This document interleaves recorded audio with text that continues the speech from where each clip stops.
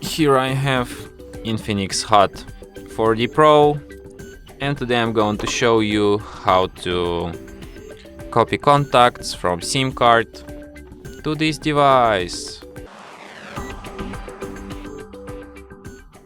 So firstly, you should open some kind of contacts application,